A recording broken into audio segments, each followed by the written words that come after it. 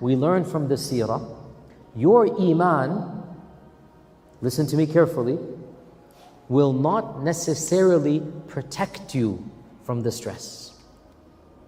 Your Iman will not necessarily protect you from the anxiety, from the grief. This is a misconception that many Muslims have. They think to themselves, if I am pious, Allah will give me zero stress. They want to barter, transaction with Allah. They want to purchase happiness in this dunya by praying fajr, by giving charity, by giving salah, zakah. They say, khalas, if I'm a good Muslim, zero stress. And if they have stress, if finances are bad, if the marriage is failing, if situation of family is bad, if they have social pressure, then shaitan comes and says, oh, Allah's punishing you because you're a bad Muslim. Because you are bad, you have stress. Dear Muslims, look at the seerah. Look at the seerah. Who has the most Iman in all of human history? The Prophet ﷺ. Did he live a stress-free life? Did he have everything handed to him on a silver platter? Or was he tested like no other person was tested? Our Prophet ﷺ was born an orphan, thrice orphan by the time he's 8. He struggled financially. He worked long hours for many days to get pennies as a shepherd, the lowest job.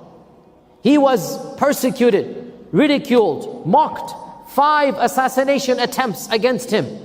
He was kicked out of his own land, went into exile with no money, no wealth.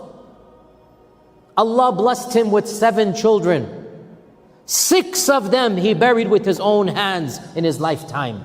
You want to talk about stress? You want to talk about grief? You want to talk about tragedy? Look at the Prophet ﷺ.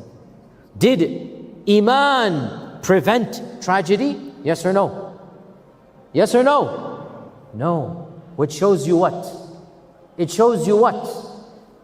The trials of this dunya, the tests of this dunya, are not proportional or inversely proportional to your Iman. In fact, as Muslims, we believe that the general rule is the opposite. Hadith in Sahih Bukhari. إن الله تعالى إذا أحب قوما ابتلاهم أشد الناس ابتلاء الأنبياء ثم الأمثل فالأمثل. If Allah loves a person, He shall test them.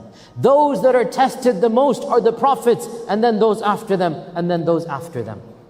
When a test comes down, when life throws you tragedies, when you lose income, you lose a loved one, when there's stress in your life, don't let shaitan come to you and say, oh, this is Allah's punishment against me. Allah hates me. Allah despises me. No, this is not the way the believer thinks. The believer has good thoughts of Allah. Husna dhan billah is a part of Iman. The believer has good thoughts of Allah. Ana inda dhanni abdi bi. You have to think good thoughts of Allah.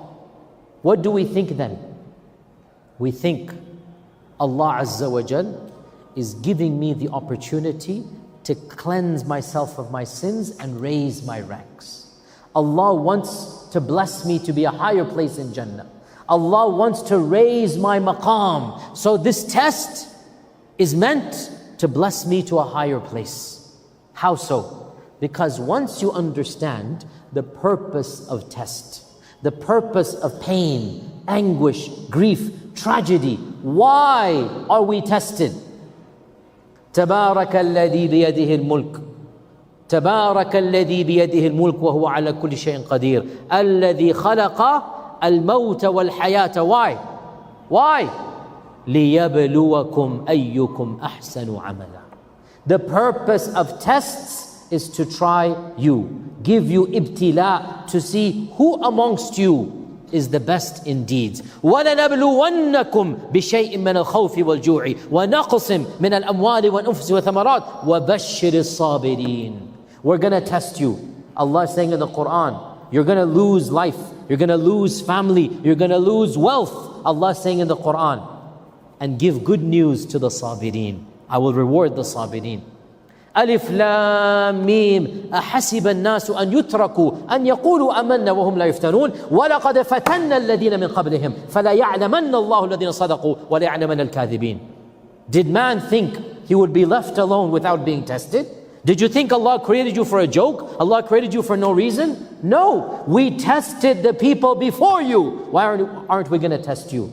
And the purpose of the test, to see who amongst you is truthful when they say they believe and who is faking, lying, who is a hypocrite. The purpose of a test is very clear. You know, I'm a professor in my day job. I teach students. What do I do at the end of the semester? I test them. I give them a quiz. What is the purpose of the test?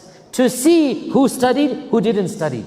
To see if they know the material, they don't know the material. Allah is saying to us, life is a test. And the purpose of life and the tests of life, لِيَبْلُوَكُمْ أَيُّكُمْ أَحْسَنُ عَمَلًا. He's going to test you to see your amal. Do you have Iman in Allah? Do you have sabr? Do you have yaqeen? Do you have ikhlas? Do you have tawakkul? Do you have dua? Are all of these aspects of Iman going to be manifested at times of tragedy? Will you demonstrate true Iman in Allah, sabr in Allah, turning to Allah? Or will you turn your back and walk away from Allah subhanahu wa ta'ala? This is the purpose of tests. Tests are meant to draw out your Iman. To show Allah, I am a believer. To show Allah, I will demonstrate all of these characteristics of Iman and taqwa and inaba and ikhlas and sabr and yaqeen. All of this must be demonstrated. How will it be demonstrated? It will be demonstrated in your reaction to the test. The test itself, the tragedy itself, the calamity is not a sign Allah loves you or hates you. Because Allah sends calamities to those whom He loves. And Allah sends calamities to those whom He hates. Understand this point. Understand this point. Allah sends down calamities to believers and to disbelievers.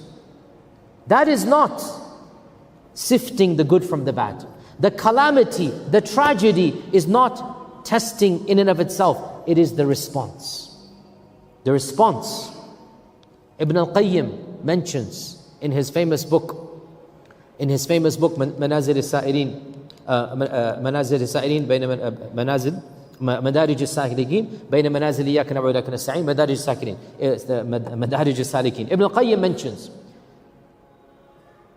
if a test and a tragedy allows the believer to come closer to Allah, their ikhlas, their ibadah, their relationship with Allah becomes stronger, then realize this test was a blessing that Allah gave to the believer and not a punishment.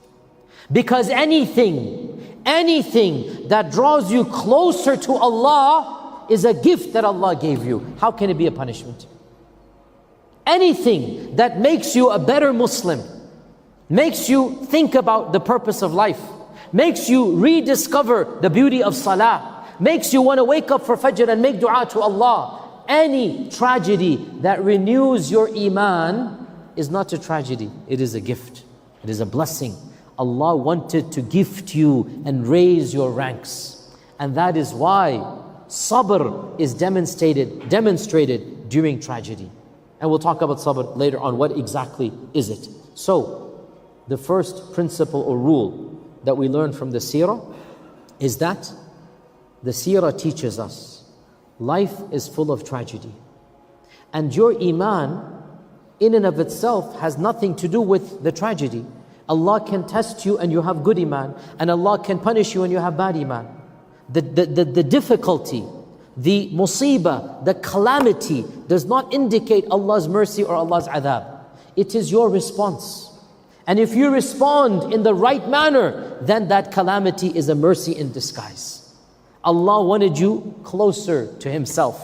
And so Allah Azza wa Jal, we were living heedless lives, callous lives. So Allah removed something dear to us so that the callousness is lifted. Our eyes are opened. We say in America, wake up and smell the coffee.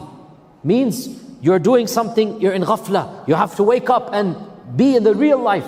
sometimes life becomes so easy, our heart becomes hard. But Allah knows we're better than this, and Allah wants to raise our ranks. So Allah sends down a small difficulty, the loss of wealth, the loss of life, some personal pain, some anguish, some relationship issue, and we realize we need Allah.